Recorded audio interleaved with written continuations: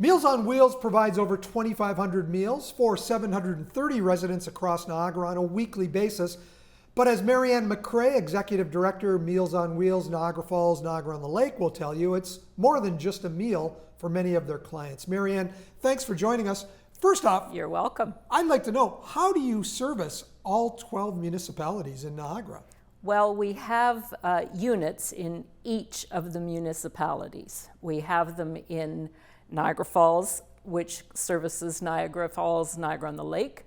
There's one in Welland that looks after the Welland area, including Font Hill.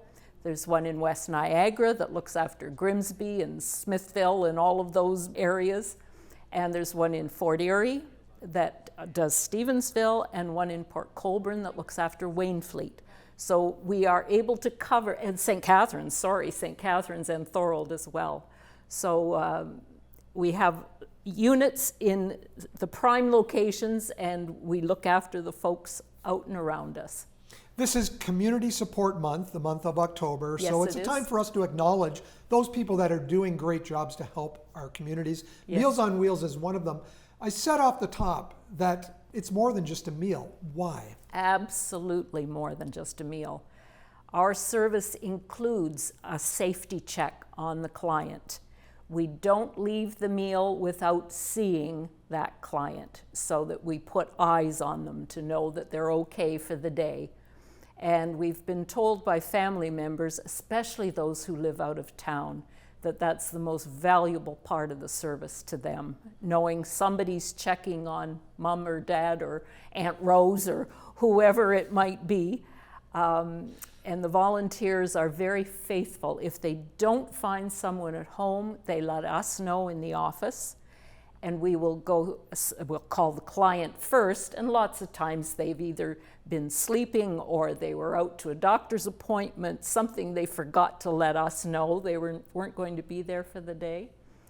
And then we also go to their emergency contact person that we have on file.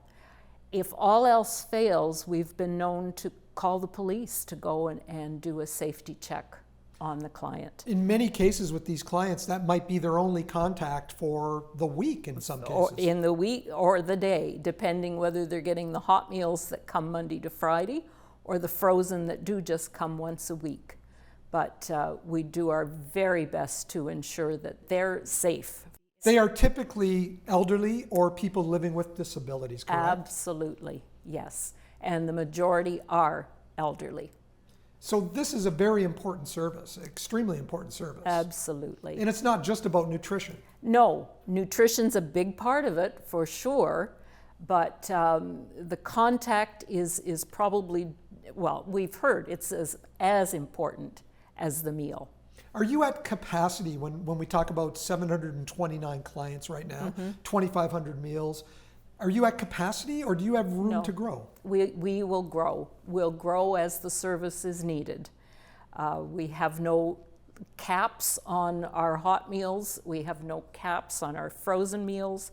So if someone is in need, we do our very best to service them. How do people typically find out about it? How do they qualify for Meals on Wheels? They qualify as being seniors. The Ministry of Health calls a senior 65 or older.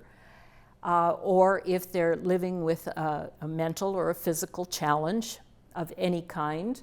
Or if they're just home from hospital. They're usually with us a short time while they recuperate. But there are very few limitations as to who qualifies for the service, and they contact us either through our website, by email, they call us.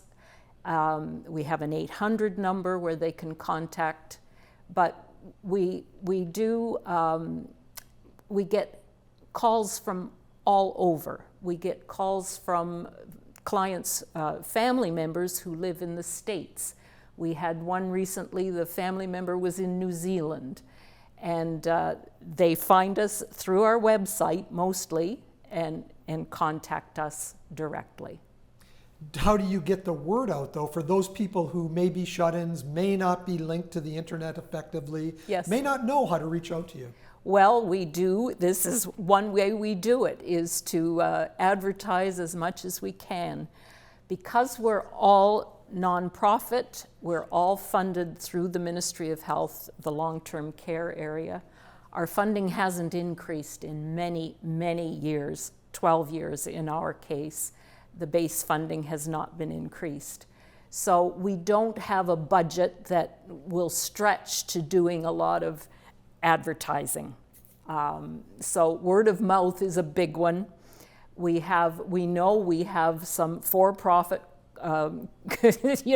that have, those companies have great big budgets, and they're the name that a lot of people know. Meals on Wheels is one of those services until you or a family member needs it. They don't really know what the service involves. They know the name, because Meals on Wheels has been around for years and years. It's well known across the world, really. 52 years in our case. So yes, it is a well-known name, but to know exactly what's involved in the service, you don't know until you need it. You're looking for volunteers all the time as well? Absolutely, yes. We have volunteers that go out every day.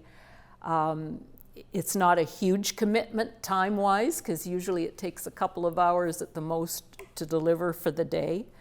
But those folks generally go with a driver and a server in each vehicle. Lots of times it's a couple who come together. Other times we match them up with someone who would be compatible. All of our volunteers are double vaccinated, and we've had proof of that. So they are safe, and they feel safe going into the clients' homes. It's also good that the client knows that they are double vaxxed. Exactly. And makes them it's the reassurance. Marianne, thanks for joining us today. And just a note, anytime you need to get the word out, don't hesitate to contact us here. Thank you so much. We do appreciate it. Meals on Wheels Week being this week, 4th to the 8th of October, involved in the Community Support Month, which is all of October.